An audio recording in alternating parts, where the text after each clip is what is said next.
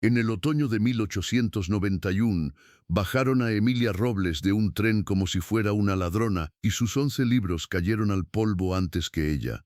Sola, humillada y sin un centavo en San Lorenzo del Mezquite, creyó que su destino había terminado allí, hasta que una sombra silenciosa se detuvo frente a su baúl roto. Era el otoño de 1891 cuando el tren de la línea del norte silbó 2 veces antes de detenerse en una estación tan pequeña que apenas merecía llamarse estación. A un lado del andén había una caseta de madera torcida, un banco sin pintura y un letrero vencido por el polvo que decía Puto, San Lorenzo del Mezquite. Al otro lado se extendía la llanura seca, abierta, inmensa, como si la tierra hubiera decidido quedarse sola para siempre. Allí, bajo un cielo pálido y un viento que arrastraba hojas duras y arena fina, fue donde bajaron a Emilia Robles, no como se baja a una pasajera, sino como se aparta un estorbo. Primero arrojaron el baúl. Cayó sobre la tierra con un golpe seco, brutal, que hizo saltar una de las esquinas del latón.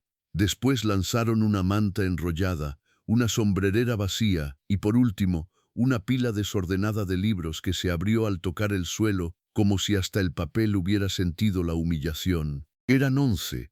Emilia los vio dispersarse entre el polvo con una angustia tan honda que por un instante olvidó incluso la vergüenza de las miradas. Uno quedó abierto boca abajo, otro fue a detenerse junto al riel, 2 más se mancharon con barro viejo, y entonces la hicieron bajar a ella, no con cortesía, no con paciencia. El revisor, un hombre de bigote corto y cejas duras llamado Anselmo Rivas, le señaló el andén con la mano enguantada mientras 2 pasajeros observaban desde la puerta del vagón comedor, con ese interés frío que solo produce la desgracia ajena cuando no nos toca. Emilia descendió sosteniendo el ala de su sombrero, tratando de no tropezar con el escalón, tratando todavía de conservar algo de dignidad, pero la dignidad, cuando una mujer ha sido exhibida en público, pesa menos que una hoja seca. Aquí termina su viaje, señorita, dijo el revisor sin mirarla realmente a los ojos. La compañía no transporta problemas. Emilia sintió que la sangre le ardía en el rostro. Tenía 26 años, el cabello castaño recogido con demasiada prisa y unos ojos grises que en otros tiempos habían sido serenos, pero que desde hacía meses solo sabían contener. Llevaba un vestido azul oscuro pasado de moda, remendado en el dobladillo, y unos guantes de hilo que ya no ocultaban el cansancio de sus manos. No era una mujer ruidosa, no era una mujer desafiante, y sin embargo aquella mañana estaba siendo tratada como si hubiera cometido una falta imperdonable. Todo había empezado 3 estaciones antes, cuando una señora de apellido Montemayor, viuda de un coronel y dueña de una voz afilada, descubrió que Emilia viajaba sola en segunda clase, con un pasaje comprado a último momento, y un baúl lleno de libros en lugar de ajuar, joyas o ropa decente. Le bastó eso para decidir quién era. Las mujeres como ella, pensó la viuda, no eran respetables, y cuando, durante el trayecto desapareció una pulsera de oro del compartimiento contiguo, la sospecha cayó sobre la pasajera más pobre, la más silenciosa y la menos defendida. Nadie encontró la pulsera entre las cosas de Emilia. Nadie pudo probar nada, pero en aquellos años, para arruinar a una mujer no hacía falta una prueba. Bastaba una insinuación dicha con suficiente firmeza por labios bien vestidos. La viuda Montemayor habló con el revisor. El revisor habló con el jefe de línea en la siguiente parada, y antes de que Emilia pudiera entender la velocidad con que la crueldad se organiza cuando se siente respaldada, ya le estaban ordenando que descendiera en San Lorenzo del Mezquite hasta aclarar el incidente. Aclararlo. ¡Qué palabra tan limpia para una injusticia tan sucia! Emilia quiso protestar al principio, quiso explicar que venía de Saltillo, que llevaba cartas de recomendación, que se dirigía a una escuela rural de Chihuahua donde esperaba conseguir trabajo como institutriz, que aquellos 11 libros eran casi todo lo que conservaba de su padre. Pero comprendió muy pronto que nadie estaba dispuesto a escuchar una verdad pobre frente a una mentira elegante, y entonces guardó silencio. No por cobardía, sino por ese agotamiento del alma que llega cuando una persona ha sido obligada demasiadas veces a defender lo obvio. El tren volvió a silbar. Las ruedas comenzaron a moverse, y Emilia, de pie junto a su baúl roto y sus libros esparcidos, vio alejarse el último vagón con una sensación que no era solo miedo, era algo peor. Era la conciencia exacta de haber sido arrojada fuera del mundo. San Lorenzo del Mezquite no era un pueblo grande. A esa hora apenas se veían dos arrieros junto al abrevadero, un muchacho descalzo cargando leña y una anciana sentada a la sombra de la caseta, desgranando frijoles en un mandil gris. Nadie se acercó a ayudarla. Algunos miraron, otros fingieron no mirar. Emilia se arrodilló despacio sobre la tierra para recoger sus libros antes de que el viento los siguiera maltratando. Tenía tanto cuidado al levantar cada uno que cualquiera habría comprendido que no estaba tocando simples objetos. El primero era un tomo de poemas de Becker con el lomo despegado, el segundo, una gramática francesa que ya casi no podía usar, el tercero, una Biblia pequeña con el nombre de su madre escrito en la primera página. Luego vinieron dos novelas, un cuaderno de notas, un manual de geografía, un libro de historia natural, un volumen de latín, un compendio de pedagogía y por último, un ejemplar gastado de Beck Don Quijote que había pertenecido a su padre y que Emilia sostenía siempre como otras mujeres sostienen una reliquia. Su padre, don Julián Robles, había sido maestro en una escuela de provincia y había muerto 2 años antes, dejando más deudas que bienes y más libros que comida. Pero también le había dejado a su hija algo que el mundo no perdona fácilmente en una mujer sola: educación. Emilia sabía leer con profundidad, escribir con claridad, citar versos de memoria, corregir ortografía ajena y hablar con una propiedad que incomodaba a quienes confundían la cultura con el privilegio de unos pocos. Durante años eso había sido orgullo en su casa.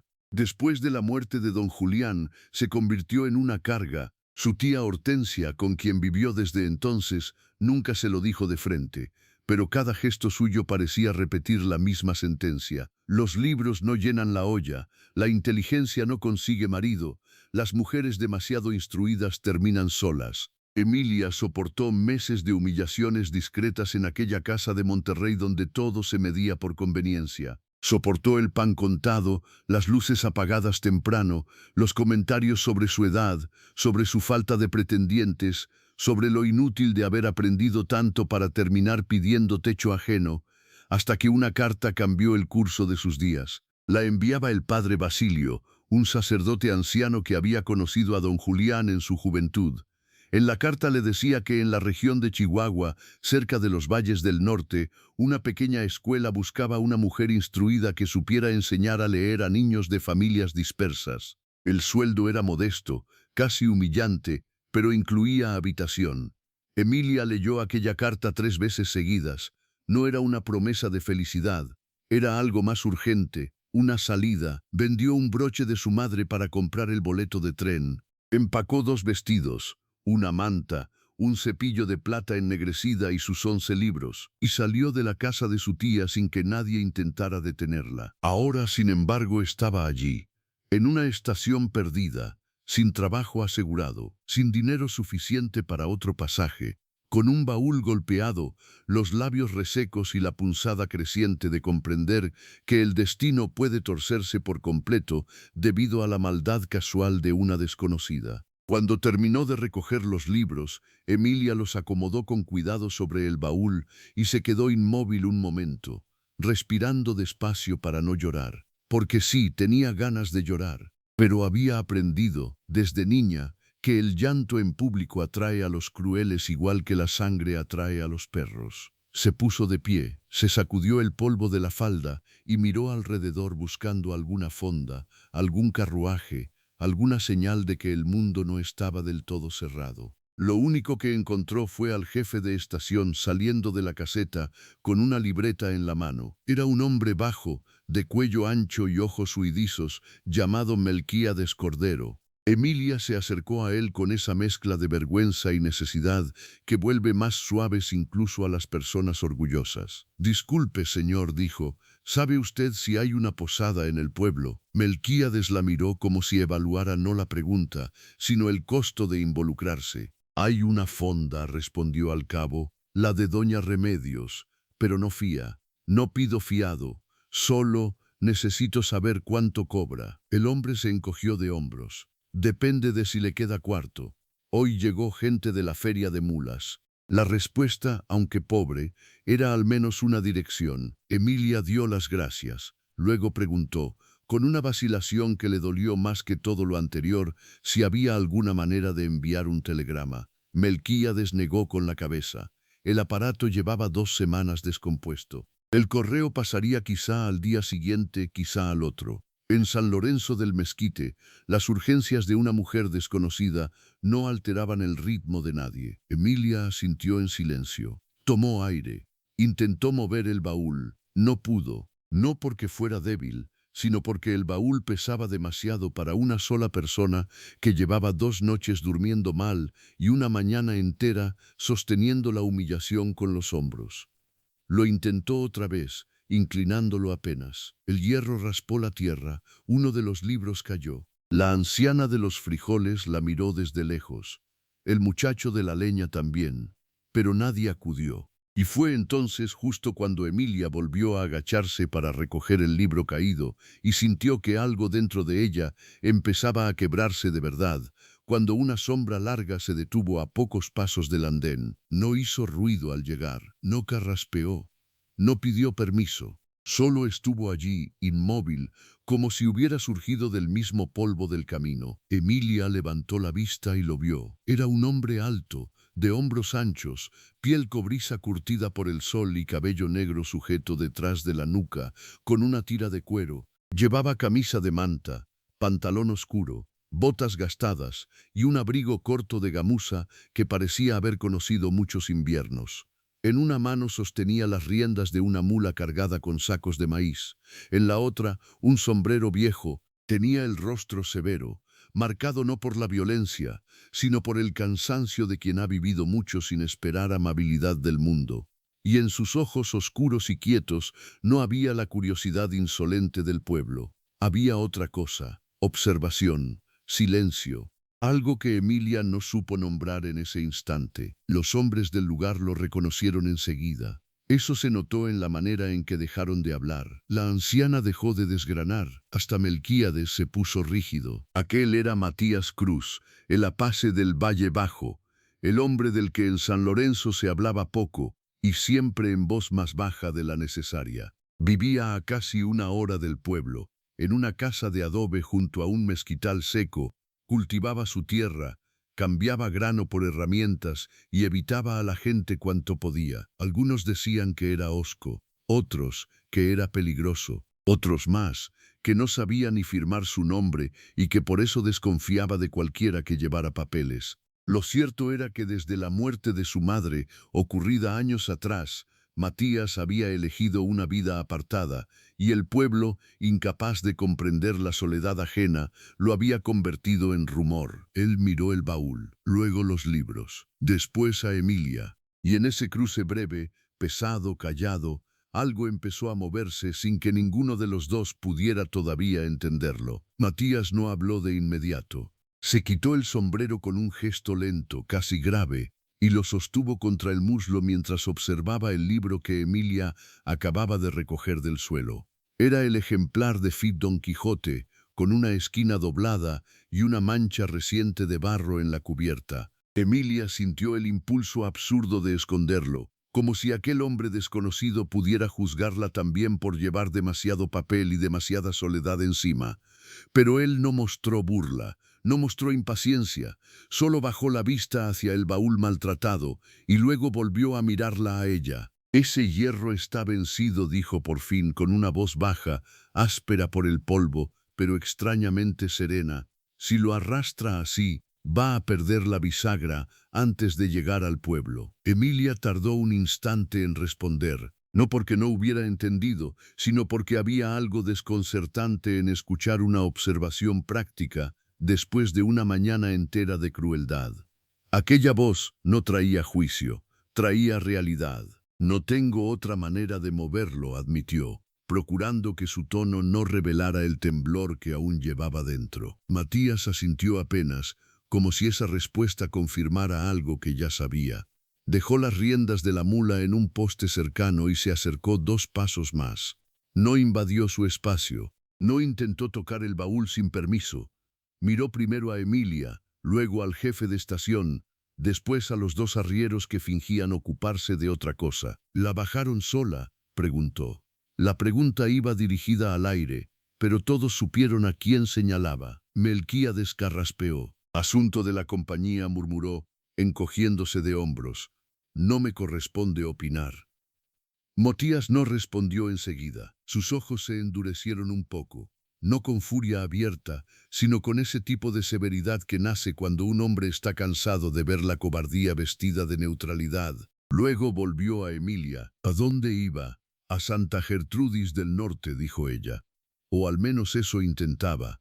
Tenía una carta para la escuela del padre Basilio. Al oír aquel nombre, Matías entrecerró apenas los ojos. La misión del cerro.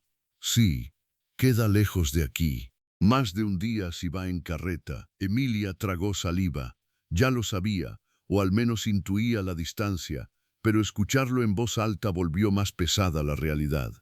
Miró un momento hacia la vía vacía, como si el tren pudiera arrepentirse y regresar por ella. El silencio de la estación le contestó con una claridad humillante. Primero necesito llegar a la fonda, dijo, obligándose a sonar firme. Después pensaré qué hacer. Matías siguió mirándola unos segundos, no con descaro, más bien como quien intenta decidir si está frente a una persona que resistirá o a una que está a punto de quebrarse. Emilia sostuvo la mirada lo mejor que pudo. Había pasado demasiados meses siendo examinada por ojos mezquinos. Se negó, al menos por orgullo, a bajar la cabeza ante aquel extraño que no parecía cruel, pero que seguía siendo un extraño. Fue la anciana de los frijoles quien rompió el momento. Doña Remedios no la va a recibir sin pago por adelantado, dijo desde su banco sin levantarse. Y hoy tiene la casa llena por la feria. Emilia sintió que el estómago se le cerraba. Tengo algo de dinero, respondió, quizá más rápido de lo necesario. No mucho, pero la anciana negó con la cabeza. Remedios cobra más cuando huele necesidad. Matías volvió a mirar el baúl, luego los 11 libros apilados con un cuidado casi doloroso, después la manta enrollada, la sombrerera vacía, los guantes gastados de Emilia, el cansancio visible en sus ojos. Todo eso lo leyó en silencio, con una precisión que a ella le incomodó más de lo que habría querido admitir. Porque cuando el sufrimiento es reciente, ser visto puede doler casi tanto como ser humillado. Yo voy hacia el camino del mezquital, dijo él al cabo. Paso frente a la fonda. Puedo llevarle el baúl. Emilia se quedó inmóvil. La oferta era simple, casi seca, pero precisamente por eso resultaba más difícil de rechazar. No venía adornada con compasión, no tenía esa dulzura falsa con la que algunas personas disfrutan sentirse superiores al ayudar. Era una proposición concreta, y sin embargo ella dudó, no por ingratitud, por miedo. Había aprendido demasiado bien lo que cuesta a veces aceptar la mano de un desconocido. Matías pareció comprender la vacilación, porque añadió enseguida, solo el baúl si eso la deja más tranquila. Usted puede caminar detrás, o delante, como prefiera. Aquello, más que la oferta misma, fue lo que ablandó algo en Emilia. El hombre no se ofendía por su cautela, no la exigía, no la ridiculizaba, le dejaba una salida digna, y después de una mañana como aquella, la dignidad se parecía mucho a la misericordia. Se lo agradecería, dijo por fin, en voz baja. Matías inclinó la cabeza una sola vez. Se agachó junto al baúl, probó el peso con ambas manos y, antes de levantarlo, vio el tomo de la Biblia pequeña que estaba a punto de resbalar. Sus libros van a caerse. Emilia reaccionó enseguida. Espere. Se arrodilló otra vez y comenzó a ordenarlos con rapidez, procurando que no se notara cuánto le temblaban los dedos. Matías la observó sin prisa. Cuando ella terminó de apilar los 11 volúmenes y los amarró con la cinta de la manta, él se quitó el abrigo corto de gamuza, lo dobló y lo puso sobre la base del baúl para que el lomo de los libros no rozara el metal roto. No hace falta, empezó Emilia. Sí hace, dijo él, sin dureza, pero sin dejar espacio para la discusión. Luego levantó el baúl como si el esfuerzo apenas le pesara en los brazos. No era una fuerza ostentosa, era la de quien ha trabajado toda la vida y ya no necesita demostrar nada. Lo cargó hasta la mula, lo sujetó con una cuerda y después acomodó los libros encima con una delicadeza inesperada en aquellas manos grandes y curtidas. Emilia lo miró hacer todo eso con una extraña sensación en el pecho. No era confianza todavía, mucho menos alivio, era algo más frágil, la impresión de que aquel hombre, a quien todos parecían temer o evitar, estaba tratando sus cosas con más respeto del que ella había recibido de casi nadie en mucho tiempo. Cuando terminaron, Matías tomó las riendas y señaló con la barbilla el camino de tierra que salía de la estación hacia el pueblo. La fonda queda a 10 minutos. Emilia recogió la manta restante, la sombrerera vacía y el pequeño bolso donde guardaba sus cartas y el poco dinero que le quedaba. Comenzó a caminar junto a él, manteniendo una distancia prudente. La estación quedó atrás con su polvo, su miseria y su vergüenza. Nadie se despidió. Nadie pidió disculpas. San Lorenzo del Mezquite siguió respirando como si no acabara de presenciar una injusticia. El camino descendía suavemente hacia el caserío. A lo lejos se veían techos bajos de teja, corrales de palo, una capilla pequeña y un grupo de álamos resecos junto a un pozo. El viento empujaba remolinos de tierra entre las casas. Dos perros flacos cruzaron la calle principal. Un vendedor de telas cerraba ya el toldo de su puesto. Y sobre todo aquello se extendía esa luz amarilla de la tarde norteña, que vuelve más triste incluso a los lugares que alguna vez fueron alegres. Caminaron un trecho sin hablar. No era un silencio hostil, pero tampoco cómodo. Emilia sentía en cada paso la fatiga del viaje truncado, el bochorno aún fresco de la expulsión del tren y la incomodidad de ir al lado de un hombre del que no sabía nada, salvo que tenía ojos demasiado atentos y una voz que no mentía. Pensó en decirle gracias otra vez, pero le pareció insuficiente. Pensó en preguntarle por qué había intervenido, pero temió sonar ingrata o necia. Al final fue él quien habló primero. ¿La acusaron de robo? La pregunta cayó con la misma sobriedad con que antes había hablado del baúl. Emilia apretó el bolso entre los dedos. Sí, Bollo. ¿Robó algo? No. Matías asintió como si eso bastara. Lo imaginé. Emilia lo miró de reojo. ¿Por qué? Él tardó un momento en responder. Porque la gente culpable suele defenderse demasiado pronto. Usted no parecía culpable, parecía cansada. La frase la golpeó de un modo extraño, no por ofensiva, sino por exacta. Cansada, sí, cansada de explicar, de soportar, de no ser creída, de llegar siempre a los lugares como si debiera pedir perdón por existir en ellos. Bajó la vista al camino. A veces el cansancio se parece mucho a la derrota, murmuró. No siempre son lo mismo. Emilia volvió a mirarlo, sorprendida por la sencillez con que había dicho aquello. Matías seguía caminando sin volverse hacia ella, con la mano firme en las riendas de la mula y la mirada puesta en el pueblo que se acercaba. No parecía un hombre dado a frases bonitas, y quizá por eso sus palabras pesaban más. Al llegar a la calle principal, comenzaron las miradas. Primero la del carnicero, que dejó de afilar su cuchillo al verlos pasar. Luego la de dos muchachas sentadas frente a una mercería, que se inclinaron una hacia la otra con esa rapidez venenosa con la que nacen los rumores. Después la de un niño que señaló a Matías y salió corriendo hacia su madre. Emilia sintió el calor de la vergüenza subirle otra vez al rostro. No necesitaba escuchar lo que pensaban para adivinarlo. Una forastera, sola, descompuesta por el viaje, caminando junto al apache del mezquital. En un pueblo pequeño, aquello bastaba para encender media semana de murmuraciones. Matías también lo notó, pero no cambió el paso. Mire al frente, dijo en voz baja. El pueblo se alimenta de ojos caídos. Emilia obedeció sin querer admitir que aquella instrucción le había dado fuerzas. Enderezó la espalda, sostuvo la sombrerera con más firmeza y siguió andando, aunque por dentro todavía se sintiera como una mujer arrojada de un tren. La fonda de Doña Remedios estaba junto a la botica y frente al pozo. Era una casa ancha, de adobe blanqueado, con 2 ventanas enrejadas y un zaguán oscuro del que salía olor a frijoles, jabón viejo y grasa recalentada. Sobre la puerta colgaba un letrero torcido, Posada del Camino. Matías condujo la mula hasta el poste de amarre y dejó el baúl en el suelo con cuidado.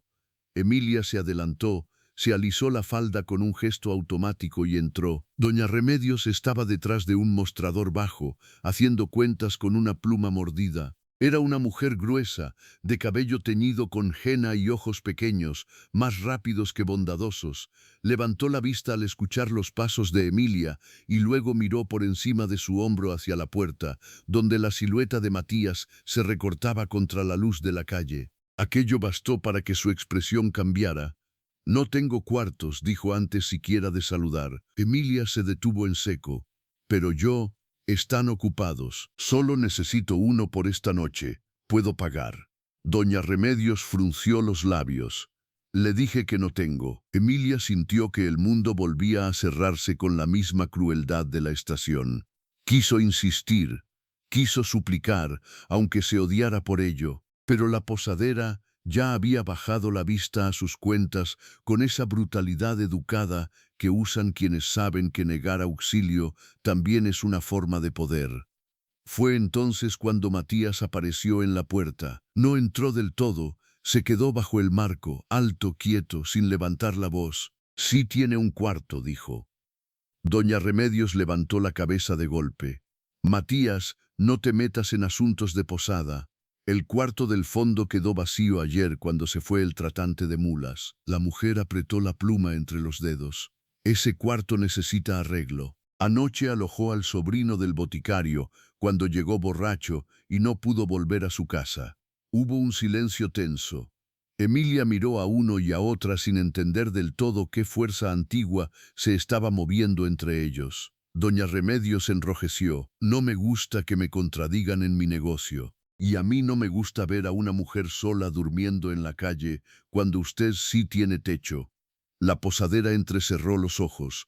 Luego miró a Emilia de arriba a abajo, calculando como calculan siempre los corazones mezquinos cuando deben decidir si la crueldad les saldrá cara. «Pago por adelantado», dijo al fin, «y la cena se cobra aparte».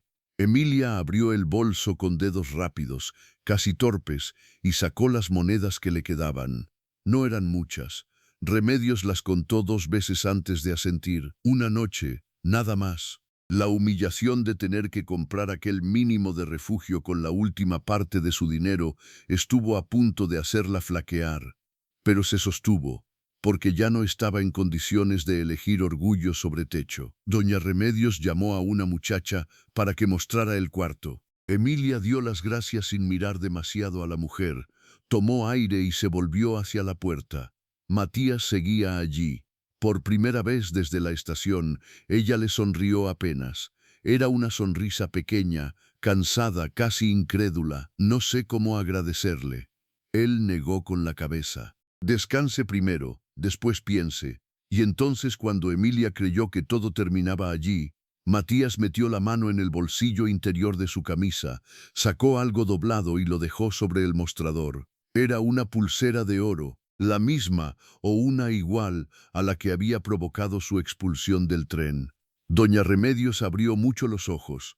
Emilia se quedó sin aliento. «La dejó la viuda Montemayor hace 2 semanas», dijo Matías, mirando a la posadera, no a Emilia. «Vino a comer cuando pasó por aquí rumbo al sur. Usted la guardó pensando que regresaría por ella». Doña Remedios palideció. «Eso no prueba. Prueba que la mujer del tren perdió su pulsera antes de subir otra vez a la línea, y prueba que la señorita nunca pudo haberla robado». Emilia sintió que el suelo se movía bajo sus pies, no por miedo esta vez, sino por la violencia muda de comprender cuán fácil había sido destruir su viaje con una mentira. Todo por una joya olvidada en una fonda. Todo por el prejuicio cómodo de culpar a la pasajera pobre. Doña Remedios tragó saliva. «Yo no sabía». Matías la cortó con una mirada.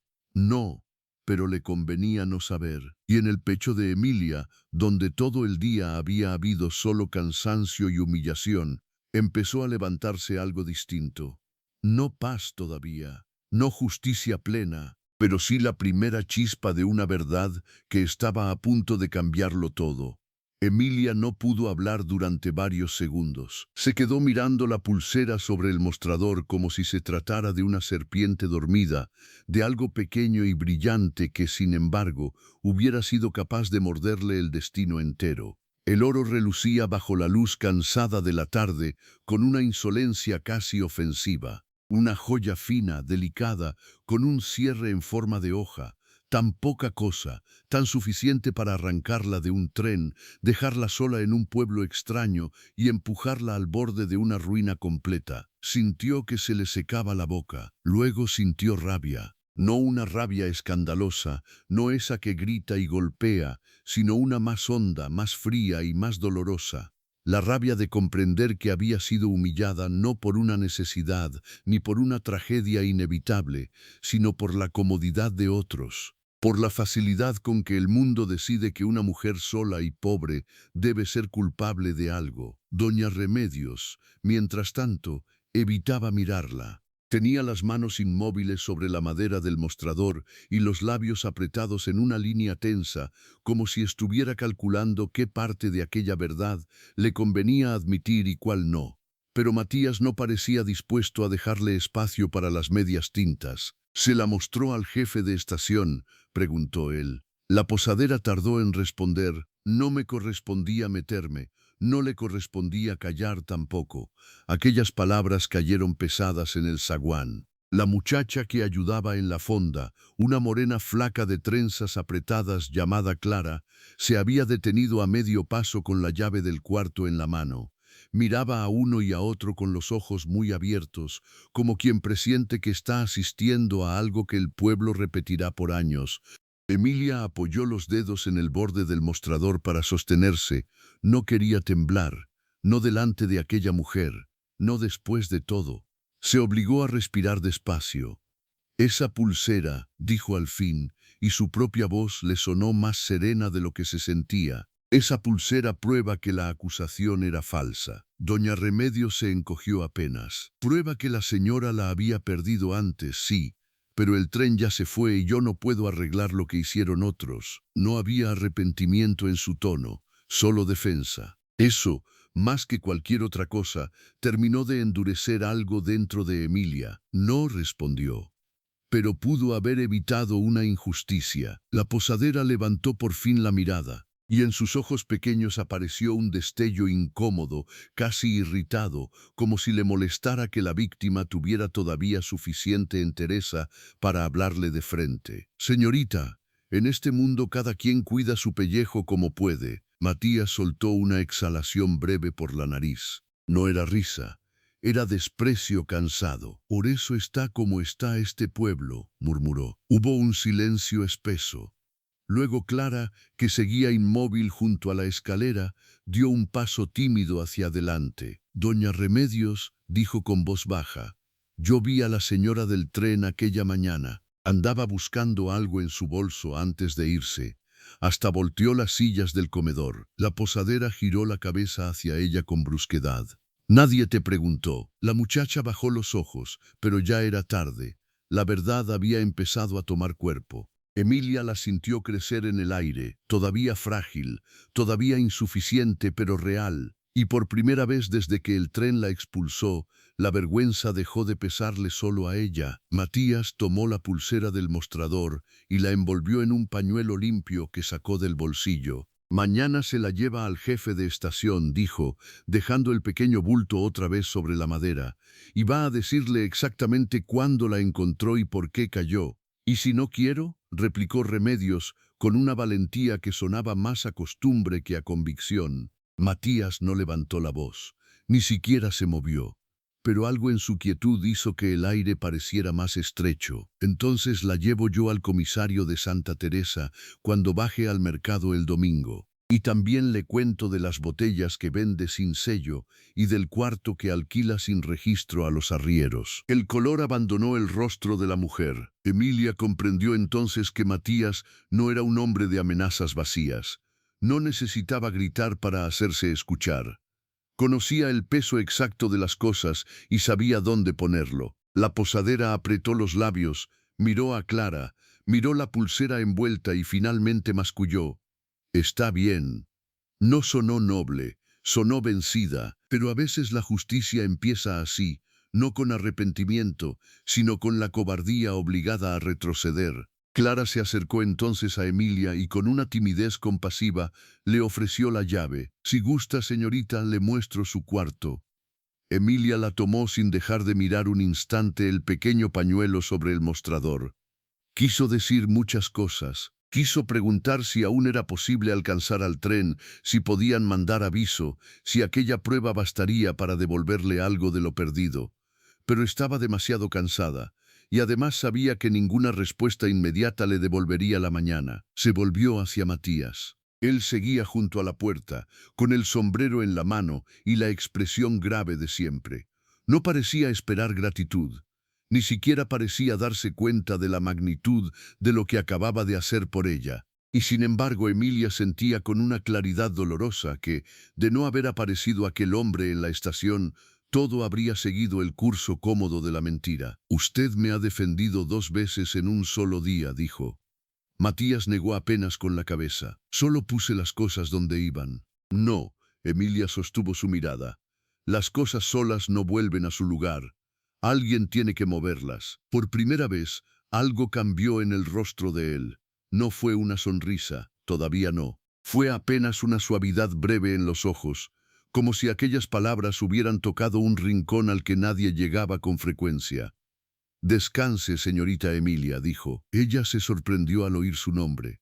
«Yo no se lo he dicho. Lo escuché en la estación cuando habló del padre Basilio». Emilia asintió, sintiéndose extrañamente desarmada.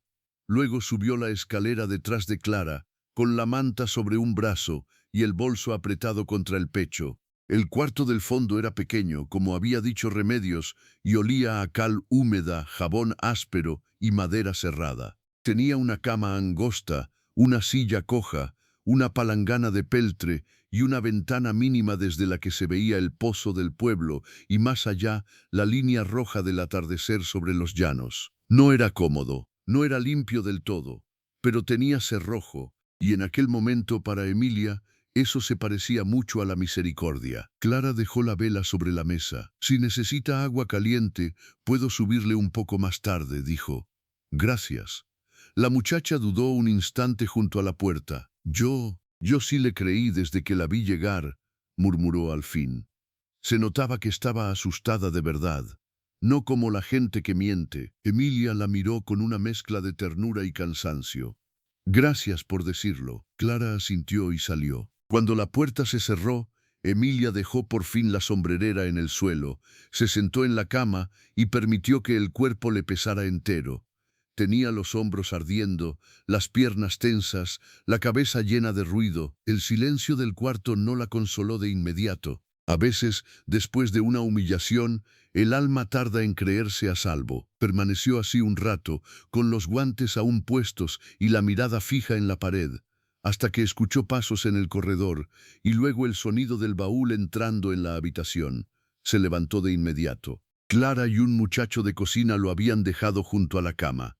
Encima estaban los 11 libros, intactos, envueltos todavía en la manta y en el abrigo corto de Matías. Emilia tocó aquel abrigo con la punta de los dedos. La gamuza estaba tibia aún por el sol y por el cuerpo del hombre que lo había llevado.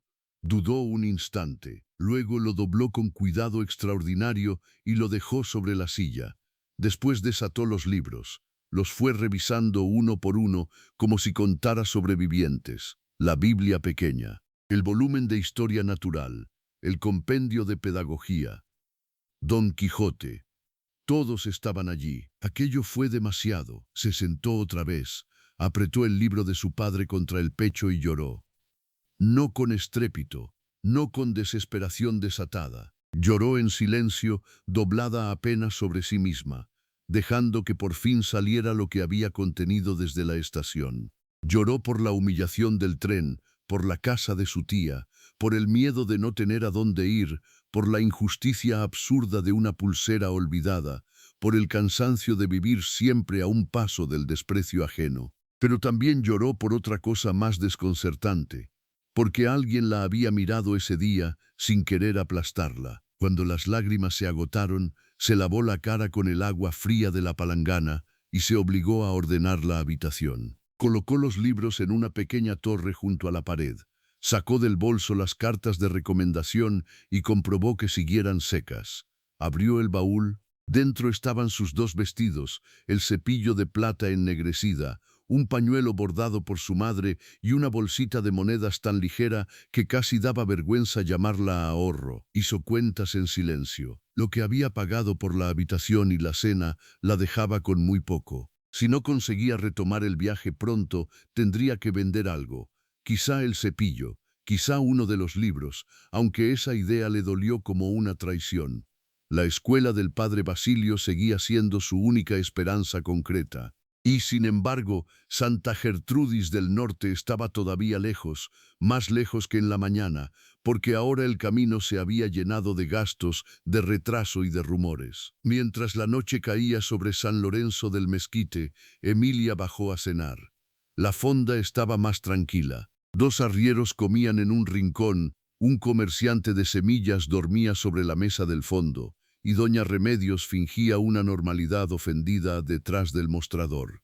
Clara le sirvió un plato de frijoles, tortillas recalentadas y café aguado. Emilia comió despacio, sin apetito verdadero, pero obligándose a hacerlo. Fue entonces cuando vio por la ventana a Matías, afuera, junto al poste donde había amarrado la mula. No había entrado a cenar. Estaba revisando una de las cinchas de carga bajo la luz azulada de la noche. Movía las manos con precisión silenciosa. Parecía completamente ajeno al calor del comedor, a las conversaciones y al mundo pequeño de la fonda, como si perteneciera más al aire frío de afuera que a cualquier techo del pueblo. Clara siguió la dirección de su mirada. No entra casi nunca, susurró. Solo cuando necesita comprar sal o queroseno. La gente habla mucho de él. Emilia apartó la vista del ventanal. La gente habla mucho de todos. Sí, pero de él más. Dicen que es seco, que no se mezcla, que desde que murió su madre ya no quiere deberle nada a nadie. Emilia no respondió enseguida. Pensó en la estación, en el baúl, en la pulsera, en la forma en que Matías había defendido su verdad sin pedir nada, sin adornarse con bondad. A veces la gente llama sequedad a la dignidad cuando no sabe reconocerla, dijo al fin. Clara sonrió apenas, como si no esperara una respuesta tan seria, y volvió a la cocina. Emilia terminó de cenar y subió otra vez al cuarto, pero el sueño no llegó pronto. Afuera, el viento se colaba por la rendija de la ventana, trayendo olor a tierra fría y a leña encendida. Desde abajo subían ruidos apagados de platos, pasos y alguna risa lejana. Ella se sentó en la cama, con la carta del padre Basilio entre las manos, y la leyó una vez más a la luz de la vela. Si aún conserva el amor por la enseñanza que tuvo su señor padre, venga. No podemos prometer comodidad, pero sí trabajo honrado, trabajo honrado. Aquellas 2 palabras le dolieron y la sostuvieron al mismo tiempo. Cerca de la medianoche, cuando ya se había tendido sin apagar la vela, escuchó un golpe suave en la puerta. Se incorporó de inmediato. Sí, soy Clara, oh Medía. Emilia abrió apenas. La muchacha sostenía algo envuelto en un paño. Me pidió que se lo entregara, dijo. Era el abrigo de gamuza de Matías, limpio del polvo del camino y cuidadosamente doblado. Encima había una pequeña bolsa de cuero. Emilia frunció el ceño. ¿Qué es esto? No sé. Solo dijo que usted iba a necesitarlo al amanecer. Cuando Clara se fue, Emilia cerró la puerta y abrió la bolsita. Dentro había 2 cosas, un trozo de pan de maíz envuelto en tela y una nota breve, escrita con letra tosca pero firme. Mañana salgo hacia Santa Gertrudis al amanecer. Llevo carga para la misión. Si quiere llegar, esté lista antes de que toque la primera campana.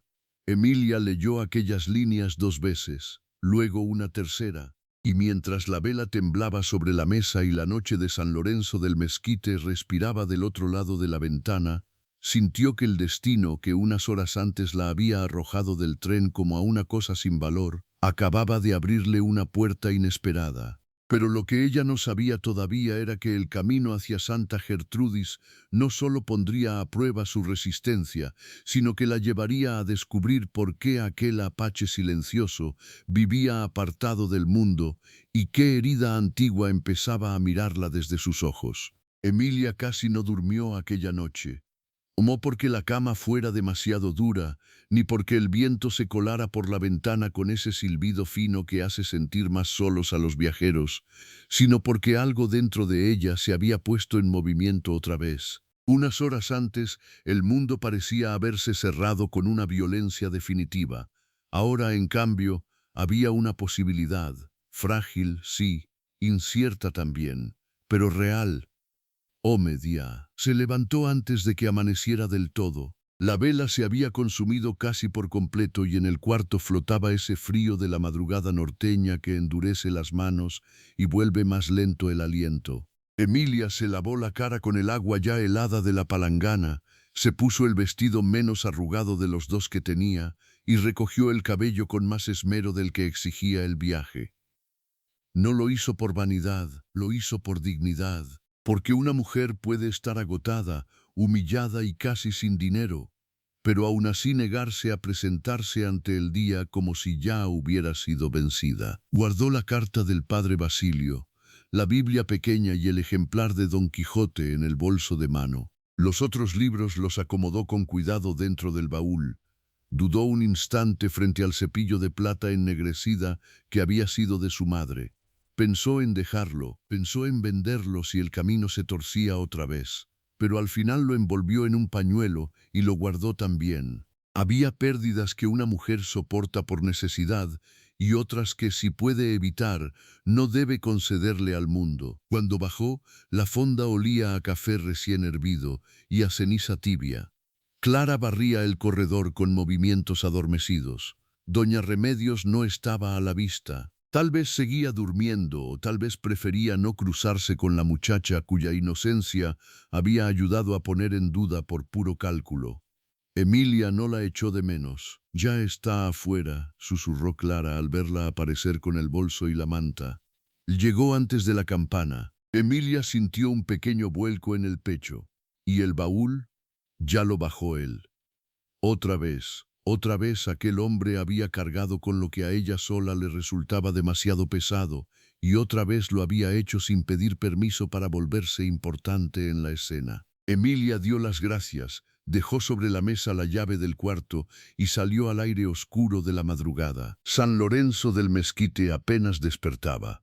El cielo era una franja azul grisácea detrás de los techos bajos, y sobre el pozo aún colgaba una neblina ligera mezclada con polvo. Se escuchaba el primer gallo, el crujido de alguna puerta vieja, el relincho lejano de un caballo, y junto al poste de la fonda, con la mula ya cargada y una carreta pequeña enganchada detrás, estaba Matías. La carreta no era grande, tenía ruedas gruesas, reforzadas con hierro, y en la parte trasera llevaba 2 sacos de harina, una caja de velas, herramientas envueltas en arpillera y un barril pequeño de aceite. Encima, bien sujeto con cuerdas, iba el baúl de Emilia. A un lado habían quedado sus libros, protegidos con una lona. Matías revisaba una vez más los amarres cuando la vio acercarse. Pensé que tal vez cambiaría de idea, dijo. Yo pensé que tal vez usted también. Él la miró apenas, con esa quietud suya que nunca terminaba de parecer fría. Si ofrezco algo, lo cumplo. No había orgullo en la frase, solo una verdad desnuda. Emilia bajó la mirada un segundo, sintiendo una punzada de vergüenza por haber vivido demasiado tiempo rodeada de personas para quienes la palabra era apenas una herramienta conveniente. Matías tomó el bolso de su mano y lo colocó junto a la lona. Suba, dijo señalando el tablón delantero de la carreta. El camino es largo y la primera parte está peor de lo que parece. Emilia dudó un instante, no por desconfianza ahora, sino por la extrañeza de aceptar tan pronto una cercanía que la vida le había enseñado a temer. Pero el amanecer no esperaba, y la misión tampoco, así que apoyó el pie en el estribo de madera y subió con cuidado. Matías se colocó a su lado, Tomó las riendas y sin decir nada más hizo avanzar la mula. El pueblo quedó atrás en pocos minutos. Primero pasaron el pozo, luego la capilla pequeña y después las últimas casas de adobe, todavía dormidas bajo la luz incierta. Más allá se abrió el campo, una llanura áspera, salpicada de mezquites, nopales y piedras rojizas, cruzada por un camino angosto que el viento parecía querer borrar a cada rato. El aire olía a tierra fría y a hierba seca. A lo lejos, las sierras empezaban a dibujarse con una solemnidad azulada. Durante el primer tramo no hablaron casi nada. La carreta crujía. Las ruedas mordían la tierra dura. De vez en cuando un ave levantaba vuelo desde un matorral y rompía el silencio con un aleteo brusco. Emilia iba con las manos apretadas sobre la manta, sintiendo el traqueteo en los huesos y el peso de la vigilia acumulada en los párpados. Pero aún así había algo en aquella mañana que la sostenía. Tal vez fuera la simple sensación de estar avanzando otra vez. Tal vez la presencia del hombre a su lado, silenciosa, firme, sin una sola exigencia. Cuando el sol comenzó a asomar detrás de la línea baja de los cerros, Matías habló por fin. En Santa Gertrudis no hay lujos. Emilia volvió un poco la cabeza hacia él. No voy buscando lujos. Hay niños de ranchos dispersos. Algunos llegan caminando 2 horas. Otros faltan semanas enteras cuando el padre los necesita en el campo. Eso ya lo imaginaba. Y el padre Basilio es buen hombre, pero está viejo. A veces promete más de lo que puede sostener. Emilia dejó pasar unos segundos antes de responder. Le sorprendía que él conociera tan bien la misión. Le sorprendía todavía más que sintiera la necesidad de advertirla. ¿Quiere decir que quizá no haya trabajo para mí? Quiero decir que no conviene llegar esperando demasiado. Ella apretó un poco más la manta. Cualquier otra persona habría podido decir aquello con crueldad o con gusto por desanimarla. Pero en Matías no había placer en la dureza, solo una forma tosca de protegerla del golpe. Hace tiempo que dejé de esperar demasiado, murmuró. Él no respondió enseguida. Miraba el camino. Eso no siempre es bueno. Emilia lo miró con atención. El sol naciente le marcaba el perfil con una luz dorada y triste. Tenía una cicatriz fina cerca de la sien izquierda, casi escondida por el cabello, y otra más vieja sobre el dorso de la mano con la que sostenía las riendas. No eran marcas espectaculares, eran las huellas discretas de una vida trabajada, quizá golpeada, quizá defendida demasiadas veces en soledad. ¿Y qué sería mejor?, preguntó. Matías tardó un poco antes de responder. Esperar lo justo, ni tampoco que una se vuelva piedra, ni tanto que cualquiera pueda romperla. La frase quedó entre ambos como queda una verdad dicha sin intención de ser hermosa. Emilia volvió la vista al frente, pero algo dentro de ella la guardó con cuidado. A media mañana el camino empeoró. La tierra llana empezó a quebrarse en subidas cortas y barrancos bajos. Tuvieron que cruzar un arroyo casi seco donde las ruedas se atascaban entre piedras. Matías bajó 2 veces para empujar la carreta. La segunda, Emilia intentó ayudar. Él no se lo impidió, aunque tampoco lo aprobó en voz alta. Solo esperó a que ella se colocara del lado correcto antes de hacer fuerza. Entre ambos lograron sacar la rueda del fango duro. Cuando volvieron a subir, Emilia tenía el aliento agitado y una mancha de barro en la falda. No está acostumbrada a estos caminos, observó Matías. No, admitió ella. Pero estoy cansada de que me traten como si por eso no pudiera aprenderlos. Matías giró apenas la cabeza hacia ella. Y entonces, por primera vez desde la estación, una sombra de sonrisa rozó su boca. Eso sí lo creo. Siguieron avanzando. Poco antes del mediodía hicieron una pausa bajo un mezquite ancho, junto a una piedra grande donde el camino se abría en 2. Matías desató un saco pequeño de la parte trasera de la carreta y sacó queso seco, tortillas frías y una cantimplora de barro envuelta en tela húmeda. Emilia quiso ofrecerle dinero por la comida. Él ni siquiera alzó la vista. Guárdelo. No me gusta deber. Entonces no lo vea como deuda. ¿Y como qué?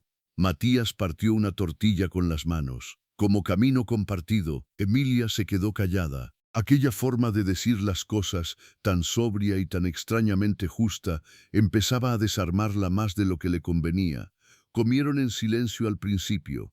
El sol ya caía fuerte sobre la tierra y las cigarras habían empezado su canto seco entre los matorrales. Fue ella quien habló después. En el pueblo le temen. Matías no mostró sorpresa. Lo sé.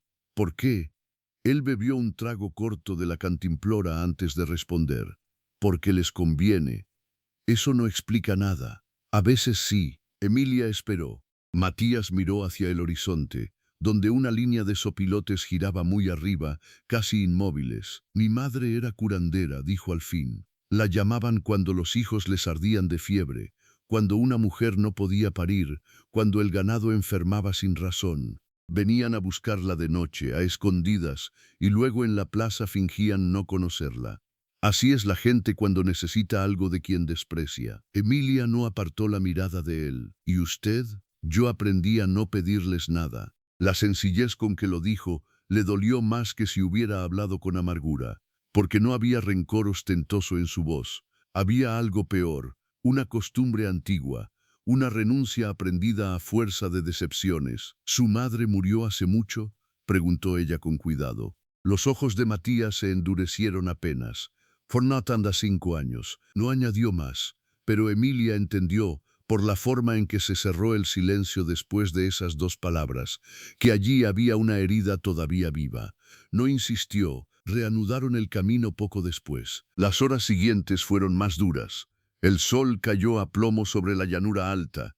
El aire se volvió espeso y blanco.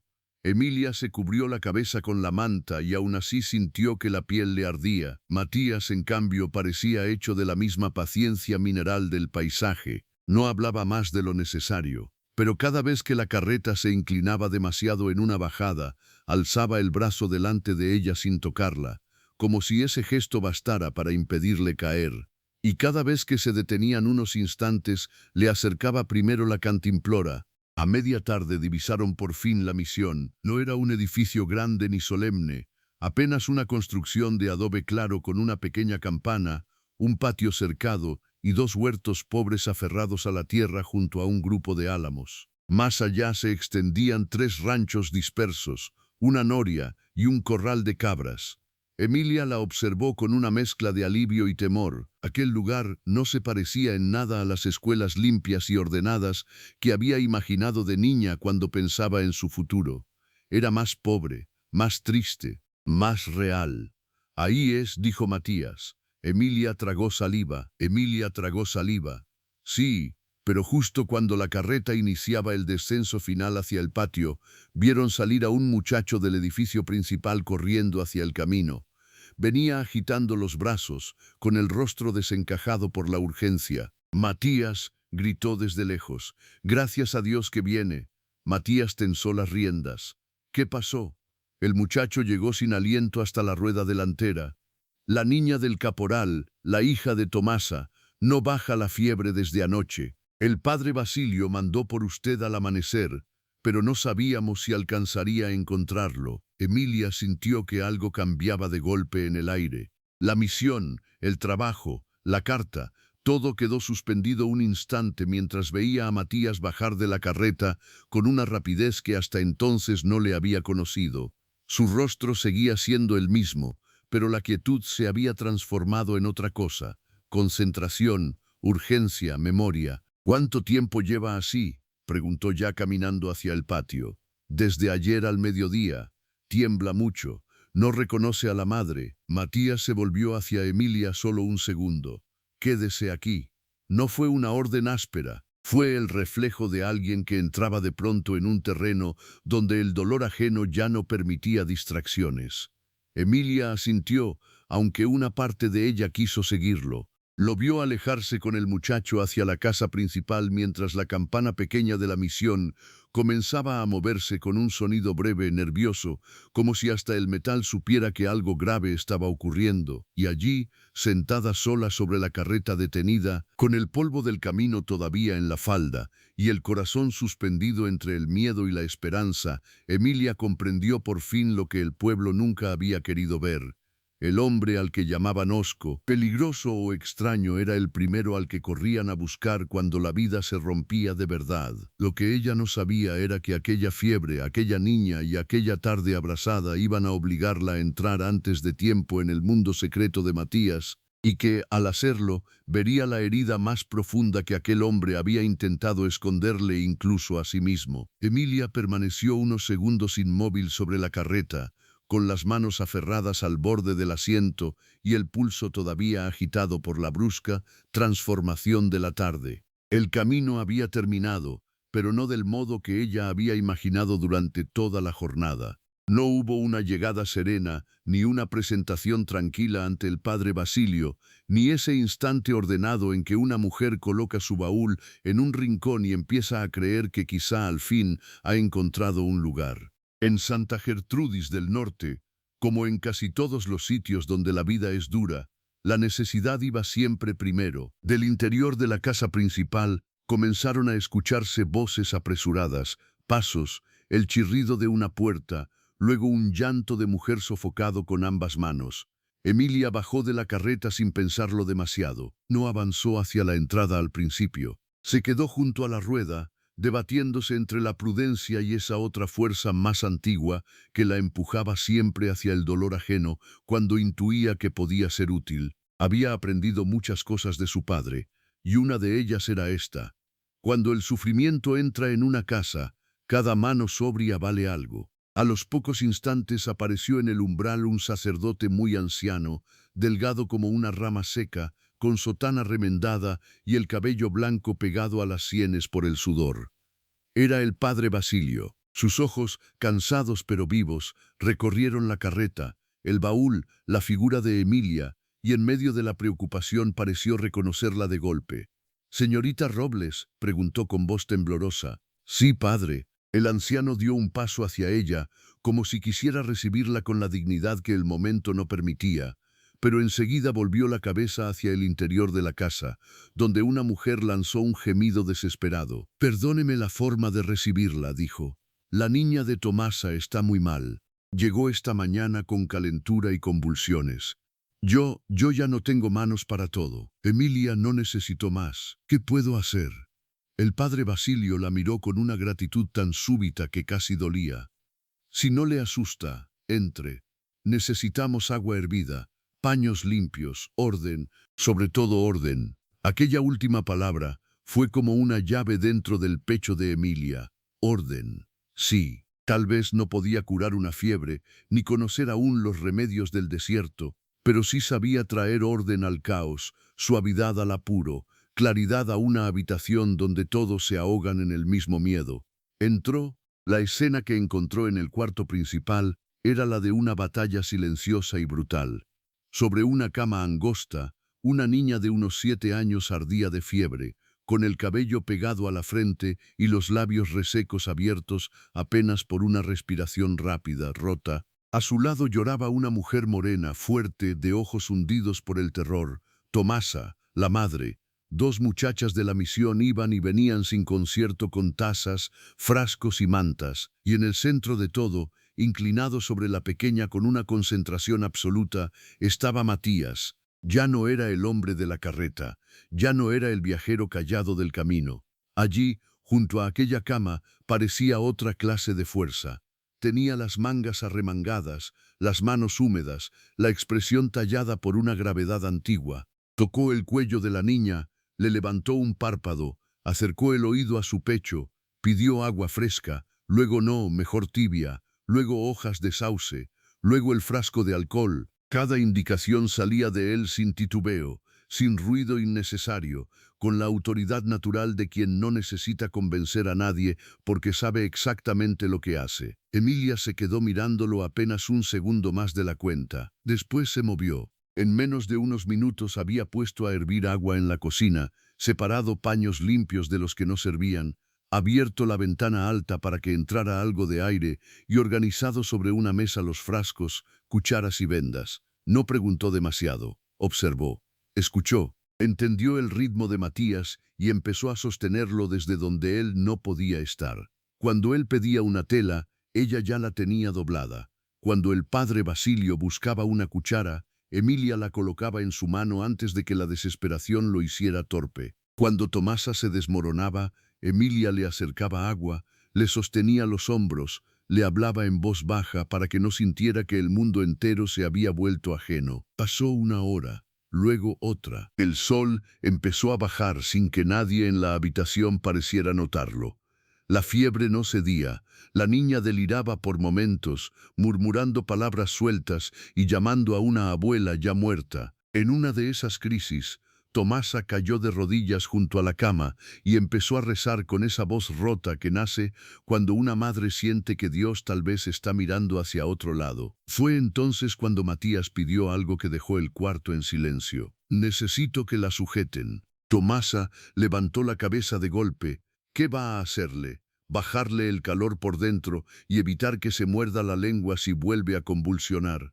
Había firmeza en su voz, pero también una compasión contenida que solo una mujer muy atenta habría sabido escuchar.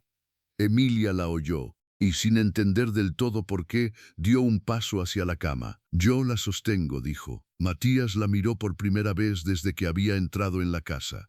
Fue una mirada breve, profunda, cargada de cansancio y de algo más difícil de nombrar. Quizá sorpresa, quizá reconocimiento. Asintió una sola vez. Emilia se colocó detrás de la pequeña, con cuidado, con infinita suavidad. Le sostuvo los hombros y la cabeza mientras Matías trabajaba rápido, seguro, con un remedio amargo que preparó en cucharadas medidas y unas compresas frías en las muñecas y el cuello. La niña se agitó, gimió, intentó apartarse, pero Emilia le habló al oído con la misma voz que usaba su padre cuando ella enfermaba de pequeña. «Aquí estás, mi vida, aquí estás, ya pasó, ya pasó». No sabía si aquellas palabras eran para la niña o para la madre o para sí misma. Poco a poco, muy poco a poco, el cuerpo ardiente comenzó a ceder. No fue un milagro repentino, fue una retirada lenta. La respiración dejó de ser tan rota.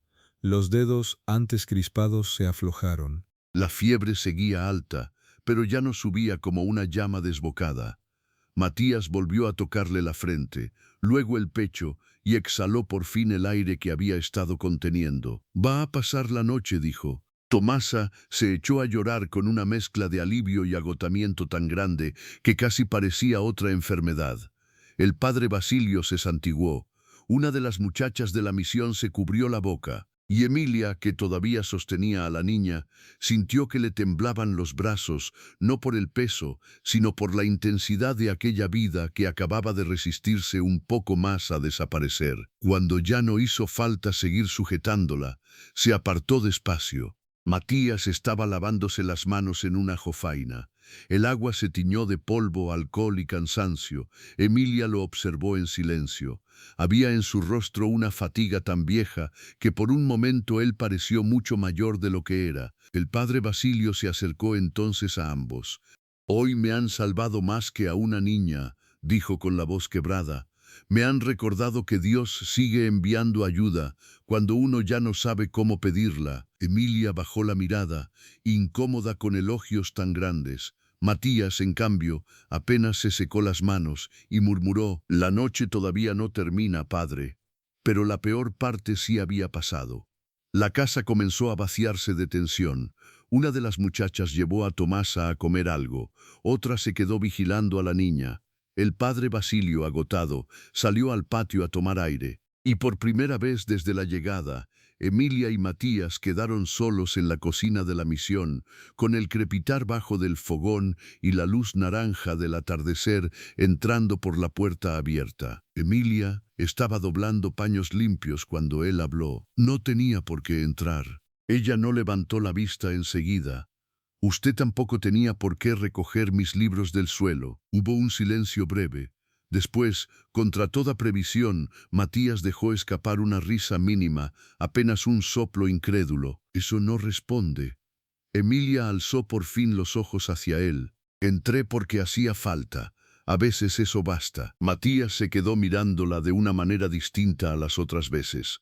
No como se mira a una forastera a la que se ayuda por obligación circunstancial, no como se mira a una mujer frágil. Había respeto en sus ojos, respeto y una cautela nueva, como si de pronto la hubiera visto entera. No muchas personas se acercan cuando hay fiebre y miedo en la misma casa, dijo. No muchas personas se acercan cuando ven a una mujer sola, con 11 libros en una estación. Aquello volvió a dejar algo suspendido entre los dos. Pero esta vez no fue incomodidad, fue una verdad compartida. El padre Basilio regresó poco después y con una mezcla de ternura y vergüenza condujo a Emilia al cuarto que pensaba ofrecerle como maestra de la misión. Era pequeño, más pobre todavía que el de la fonda, con una cama angosta, una mesa, una cruz de madera y una ventana que daba a los álamos. Pero estaba limpio, y lo más importante, era suyo, al menos por ahora. No puedo prometerle gran salario al principio, le confesó el anciano. Los fondos tardan, las cosechas mandan y aquí todo se hace como se puede. Pero si después de lo de hoy aún desea quedarse, esta escuela la necesita. Y yo también. Emilia sintió que se le apretaba la garganta. Había llegado a Santa Gertrudis del Norte rota de cansancio, con el viaje manchado por la injusticia y el alma demasiado acostumbrada al rechazo. Y sin embargo allí estaba, con un cuarto, un trabajo y una puerta que no se cerraba delante de ella. «Sí deseo quedarme, padre», respondió. Y aquellas palabras, pronunciadas en voz baja, fueron el primer ladrillo verdadero de su nuevo destino. Esa noche, después de acomodar sus pocos objetos y colocar los 11 libros sobre la mesa, Emilia salió un momento al patio. El cielo del norte se había llenado de estrellas grandes, cercanas, y el aire ya no quemaba, acariciaba. Cerca del corral, junto a la carreta medio descargada, estaba Matías ajustando una cuerda. Ella caminó hasta él. «Padre Basilio me ha ofrecido el puesto». Matías asintió. «Lo imaginé. También imagino que usted ya lo sabía desde antes». Él tardó un segundo. «Sabía que la misión necesitaba a alguien como usted». «¿Y cómo soy yo?». La pregunta salió más íntima de lo que Emilia había querido. Matías levantó la cabeza. La luz de la luna le dibujó el rostro con una suavidad inesperada. «Más valiente de lo que cree, más cansada de lo que dice, y todavía capaz de cuidar algo hermoso sin que el mundo se lo haya arrancado». Emilia sintió que el corazón le daba un vuelco lento, doloroso, casi dulce, porque nadie le había hablado así.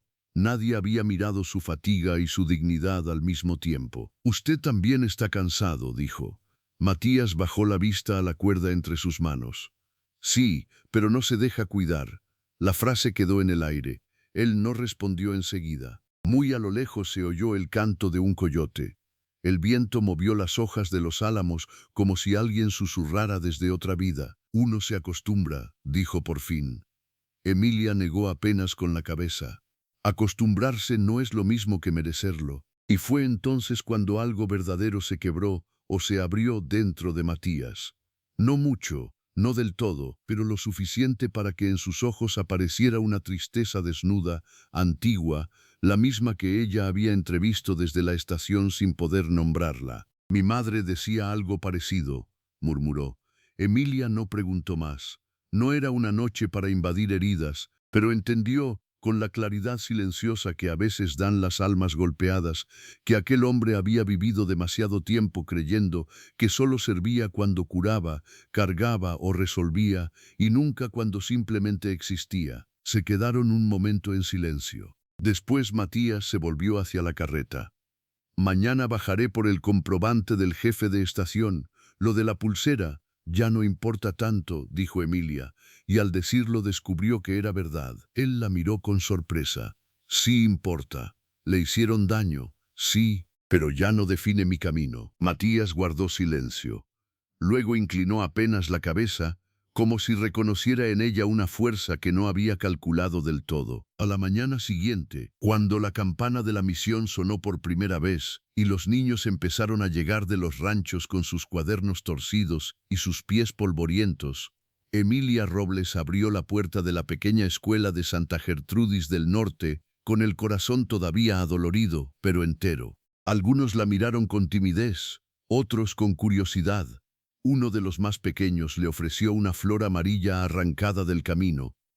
Ella la puso en un vaso de agua sobre la mesa Y mientras, a lo lejos, Matías se alejaba por el sendero con la carreta vacía y la espalda firme contra la mañana, Emilia comprendió algo que cambiaría para siempre la forma en que miraría su propia historia. La habían bajado de un tren como si no valiera nada. La habían acusado sin prueba. La habían dejado sola entre polvo y miradas frías. Pero el verdadero destino no había empezado cuando compró un boleto para huir de la casa de su tía.